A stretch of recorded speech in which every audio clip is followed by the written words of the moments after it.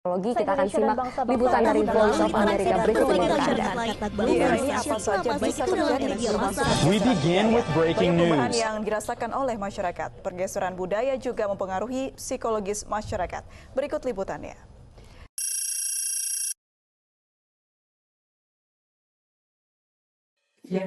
Dunia saat ini bergerak semakin cepat. Perubahan teknologi, arus informasi, dan dinamika politik hingga ekonomi global membuat batas-batas antar negara semakin kabur. Di tengah kondisi inilah, globalisasi hadir sebagai sebuah fenomena yang menghubungkan manusia, ide dan sumber daya lintas benua. Globalisasi adalah proses integrasi dunia yang ditandai oleh terbukanya perdagangan, komunikasi, dan pertukaran budaya. Ia bukan hanya sekedar konsep, tetapi realitas yang harus dimiliki setiap orang, mulai dari cara berjalan, bekerja, hingga berinteraksi. Globalisasi dipandang sebagai peluang besar untuk mempercepat pembangunan, menciptakan inovasi, dan memperkuat semua antar negara. Namun, dalam hal ini ia juga memiliki tantangan seperti adanya kesenjangan sosial dan hilangnya identitas lokal.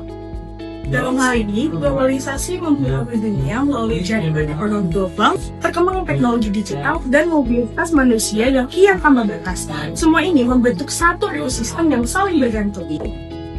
Lalu, mengapa kita perlu membicarakan dan membahas globalisasi hingga pada hari ini? Karena pada dasarnya, globalisasi itu selalu berkaitan dalam kehidupan sehari-hari. Mulai dari makanan kita makan, pakaian yang kita pakai, dan bahkan teknologi yang hampir kita gunakan tiap jam pada hari ini. Oleh karena itulah kita perlu membahas globalisasi.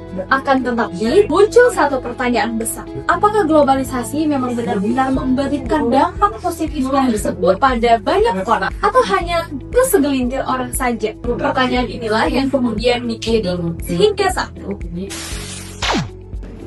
Gak bisa dipungkiri, globalisasi membantu sisi orang. Lihat saja bagaimana perdagangan internasional membuka peluang kerja baru, mendorong pertumbuhan industri, hingga membuat banyak negara berkembang naik kelas. Indonesia misalnya, yang dulu masuk kategori periferi, sekarang sudah menjadi semi-periferi, berkat ekspor industri dan manufaktur.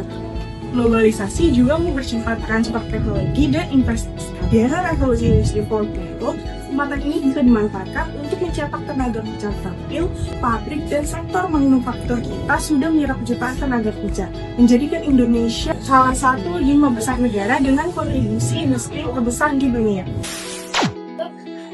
Akan tetapi, globalisasi juga memiliki beberapa dampak rugi. Yang pertama, globalisasi membuka persaingan bebas sehingga bahkan pekerja-pekerja lokal seringkali kalah bersaing. Yang kedua, globalisasi dalam negara berkembang hanya menjadi pemasok bahan tanpa memiliki nilai tambah jual apapun. Dan yang terakhir, masuknya modal asing ke dalam negara seringkali menimbulkan ketergantungan atau bahkan hutang yang besar. Data Kementerian Ketenagakerjaan mencatat lebih dari 70.000 tenaga kerja asing yang masuk setiap tahunnya ke Indonesia. Maka akibatnya dari data tersebut, pengangguran itu semakin tinggi teman-teman. Lalu kesenjangan ekonomi juga melebar serta negara migran tetap bergantung terhadap industri. Jadi, kali ini kami akan mengangkat studi kasus yaitu Belt and Road Initiative yang dikeluarkan oleh China di bawah kepemimpinan Presiden dari Xi Jinping yang merupakan infrastruktur dan investasi terbesar sepanjang sejarah modern pada tahun 2013. Nah, yang dimana konsepsi dari BRI ini sendiri lahir dari kebutuhan China untuk mengatasi kelebihan produksi pasar domestiknya, yaitu dengan cara menciptakan pasar modern, mencari pasar baru, mengamankan akses terhadap sumber daya alam yang dibutuhkan untuk pertumbuhan ekonominya yang berkelanjutan. Nah, dalam konteks globalisasi, BRI ini mempresentasikan evolusi dari model pembangunan yang berpusat pada konektivitas fisik, digital, dan finansial antar negara, yang dimana China memposisikan dirinya tidak hanya sebagai penyumbang manfaat globalisasi, tetapi sebagai arsitek dari bentuk globalisasi baru yang inklusif dan berorientasi pada pembangunan infrastruktur. Kalau kita bandingkan negara besar seperti Amerika Serikat, Jepang, dan Tiongkok menikmati keuntungan besar dari globalisasi. Indonesia sendiri berada di posisi semi-periferi. Salah satu contoh nyata adalah keterlibatan Indonesia dalam proyek Belt and Road Initiative.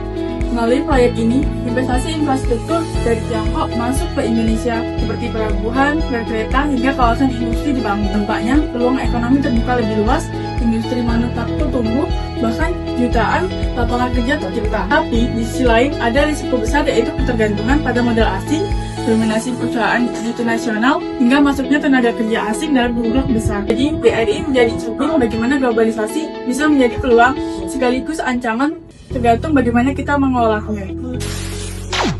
Nah, jadi jelaskan globalisasi adalah pedang bermata dua, di mana dia bisa membawa kemajuan, membuka peluang, dan juga menciptakan yang namanya ketimpangan dan juga kerumunan. Nah, semua hal ini itu akan kembali kepada kita, yakni bagaimana kita memanfaatkannya. Apakah kita menjadi seorang pemanfaat, atau kita berani menjadi pemain utama di panggung global.